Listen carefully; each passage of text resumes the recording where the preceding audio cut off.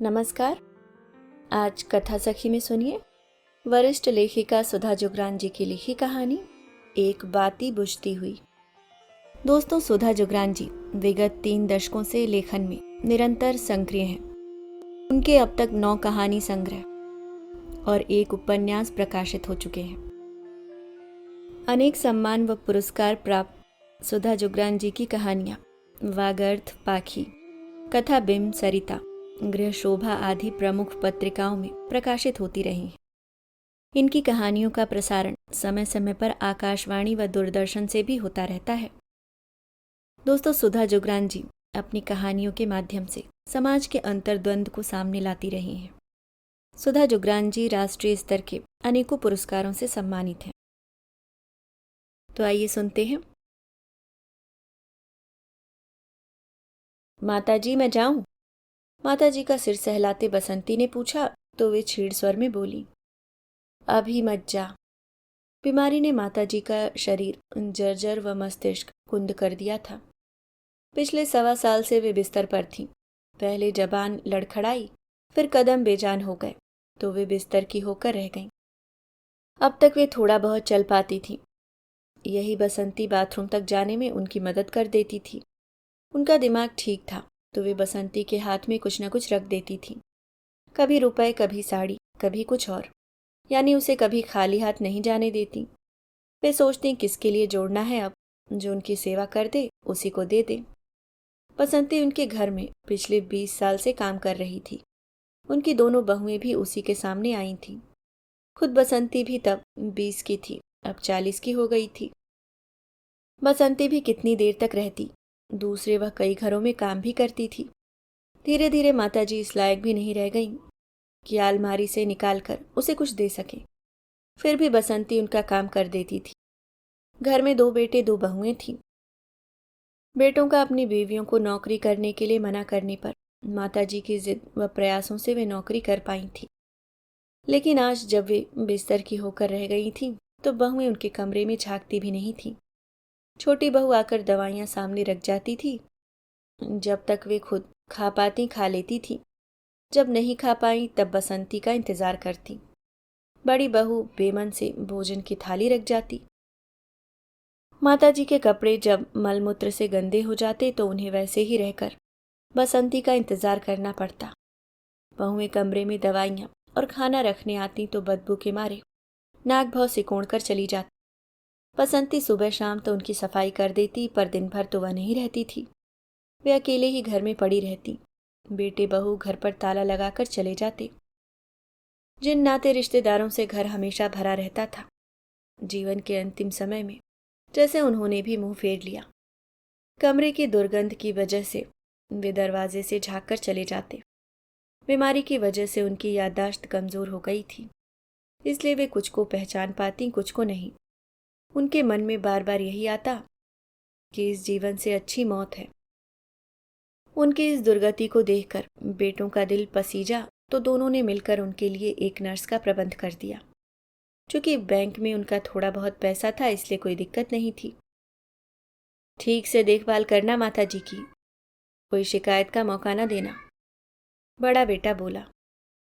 जी साहब, नर्स बोली। छोटा बेटा आने जाने वाले रिश्तेदारों से कहता, हमें माताजी की बहुत चिंता रहती है इसलिए नर्स रखती है। बहुत कर रहे हो, रिश्तेदार कहते। दिन भर घर में कोई नहीं रहता। नर्स सुबह सफाई करती और शाम को सबके घर आने से पहले कर देती। बाकी समय कुर्सी पर बैठी या तो पत्रिका पढ़ती या स्वेटर बुनती रहती। बसंती इधर उधर से काम निपटाकर माताजी को देखने पहुंच जाती। कमरे में पहुंचती तो नर्स को अपने आप में व्यस्त पाती। गंध आ रही है, कहीं माताजी ने पॉटी तो नहीं कर दी? पता नहीं, अभी तो साफ की थी। माताजी को भी चैन नहीं, जब देखो तब कपड़े खराब करती रहती हैं। सारा दिन यही काम है। बसंती को देखकर माताजी की अध खुली आंखों में चमक आ जाती। वे किसी को पहचाने न पहचाने, पर बसंती को अवश्य पहचान जाती। जिंदगी भर शान से जीने वाली माताजी एक नर्स की डांट खाकर सहम कर और भी सिकुड़ जाती। देखो, पेशाब की थैली भर गई, गिर जाएगी। ये भी खाली नहीं कि तुमने। बसंती नर्स को उसके काम की याद दिलाती। तुझे क्या मतलब है? नर्स तिलमिलाकर कहती। घर की मालकिन है क्या? मुझसे सवाल जवाब करती रहती है। यह मेरा काम है, मैं देख लूंगी।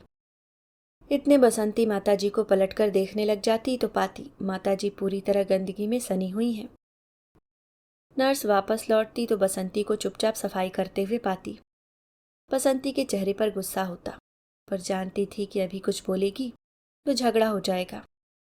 बसंती को सफाई करते देख नर्स को थोड़ा शर्मिंदगी का एहसास होता और कहती, अभी तो सफाई की थी, फिर कर दी होगी। सब लोगों से बसंती नर्स की शिकायत नहीं कर पाती। सोचती दिन भर घर में कोई रहता नहीं, डांट खाने पर नर्स भी भाग गई तो इस सोने घर में माताजी के साथ कोई भी नहीं रहेगा। बसंती का हृदय माताजी के लिए करुणा से भर जाता। इन बड़ी बड़ी महलनुमा कोठियों में ऐसा ही होता है। कई घरों का हाल देख चुकी है बसंती। बेटे बहुएं बड़ी बड़ी नौकरियां करते हैं और दिन भर घर से गायब रहते हैं। बच्चे पढ़ने के लिए बाहर चले जाते हैं और बुजुर्ग इसी तरह एक कमरे में बिस्तर पर अकेले पड़े हुए मौत का इंतजार करते हैं। दिन बीतते जा रहे थे। धीरे धीरे माताजी की आवाज भी कम होने लगी। वे कभी कभार ही कुछ शब्द बोल पाती, लेकिन बसंती को देखकर अभी उनकी आंखें चमक जाती। उनके होठों के हिलने से लगता कि वे बसंती से कुछ बोल रही हैं। लेटे लेटे माताजी के पीछे की तरफ घाव होने लगे तो बसंती ने हिम्मत करके छोटी बहू से कह दिया, बहू जी, माताजी की पीठ में घाव होने लगे हैं, डॉक्टर को दिखा दो। वे तेरी सास है या मेरी? बड़ी फिक्र पड़ी है तुझे। छोटी बहू कड़कड़ाती हुई बोली, बहू जी, मैं तो सिर्फ बता रही थी। तूने कब देखा? नर्स ने तो कुछ नहीं बताया। नर्स किस लिए रखी है? अपने आप देख लेगी वह। सारा दिन लेटी रहती हैं, घाव तो होंगे ही। अब इससे ज्यादा कोई क्या करे? फुल टाइम नर्स तो रख दी है। लेकिन बहू जी, सेवा तो अपने हाथ से होती है। आप लोग तो घर में रहते नहीं हो, नर्स थोड़े ही इतना करेगी। बसंती किसी तरह हिम्मत कर बोल गई। तभी बड़ी बहू बीच में बोल पड़ी, तू जरा कम बोला कर और अपने काम पर ध्यान ज्यादा दिया कर। अपने काम पर तो ध्यान देती हूँ। बसंती धीरे धीरे बुदबुदाती हुई अपने काम में लग गई।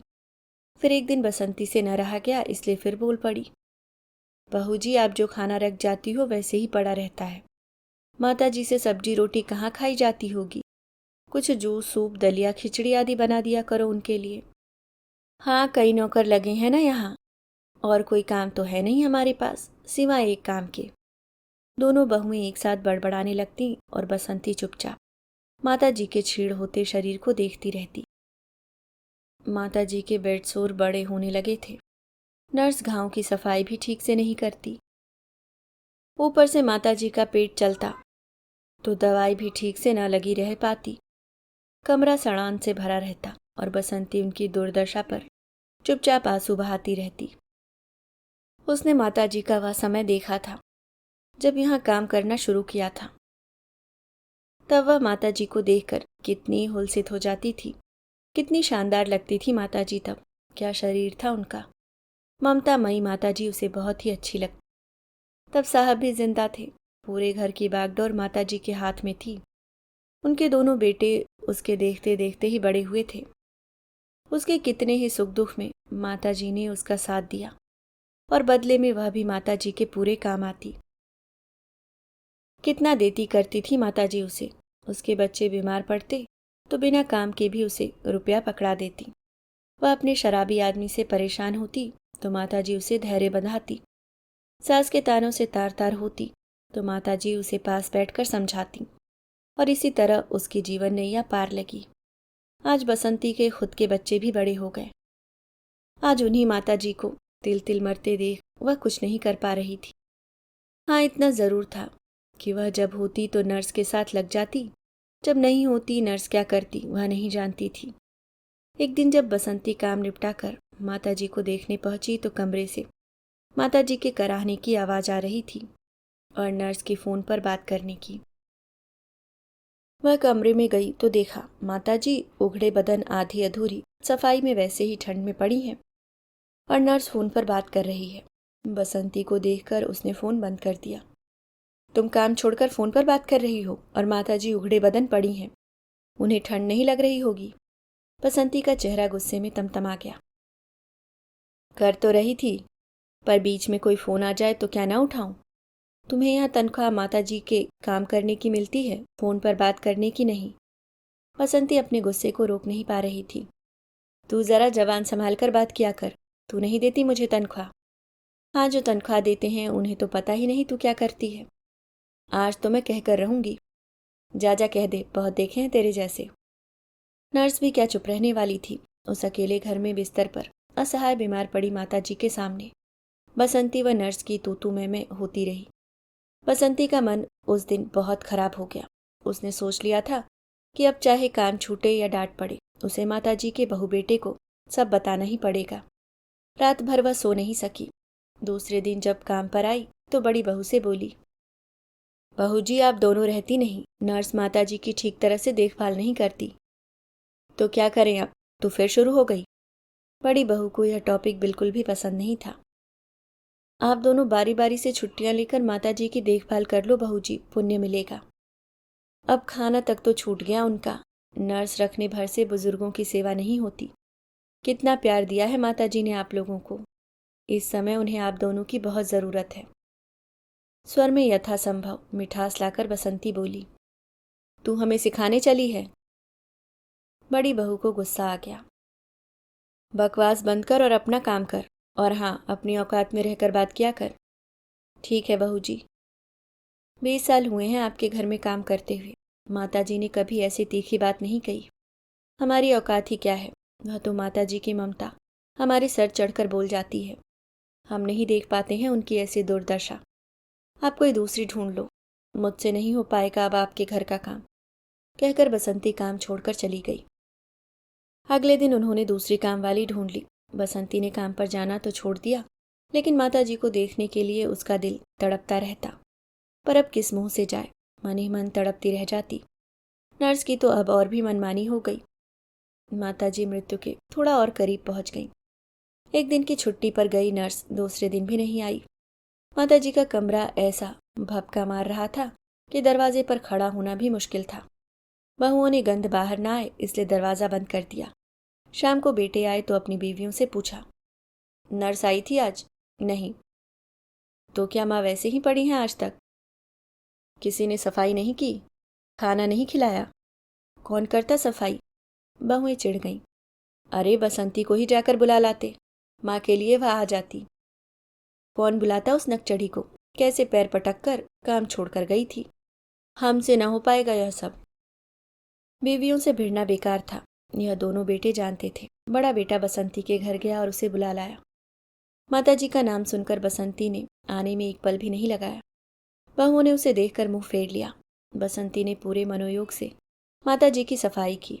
गीले तौलिए से सारे शरीर को पोंछा, मालिश की, उनकी चादर और कपड़े बदले और सारे कपड़े धोकर सुखाने डाल दिए। फिर माताजी के लिए पतली खिचड़ी बनाई और मनुहार से खिलाई। बसंती के प्यार मनुहार से माताजी ने 1-2 चम्मच खिचड़ी खा ली। बसंती को आज माताजी की हालत और दिनों से भी गिरी हुई लगी। अनुभवी आंखें समझ गईं कि माताजी कल का सूरज शायद ही देख पाएंगी, इसलिए वह बड़े बेटे से बोली, साहब नर्स नहीं तो आज रात मैं यहाँ रुक जाती हूँ। बहू बेटे खुश हो गए। रात बसंती माताजी के कमरे में सो गई। बसंती को सामने देखकर माताजी भी चैन से सो गईं। उनके सोने के बाद बसंती भी लेट गई। सुबह माताजी की खांसी की आवाज़ सुनकर बसंती की नींद टूट गई। उनकी गहरी होती सांसों को सुनकर बसंती चौंक गई। भागकर बहू बेटे का दरवाज़ा खटखटा आई और माताजी का सिर अपनी गोद में रख लिया। सांस लेते लेते माताजी ने निरीह नज़रों से अपने बेटे बहुओं को देखा। फिर बसंती के चेहरे पर जाकर उनकी नज़र टिक गई। उनका मुंह हल्का सा कुछ बोलने को खुला और प्राण पखेरु उड़ गए। बसंती का विलाप उस बड़ी कोठी के बाहर भी सुनाई दे रहा था।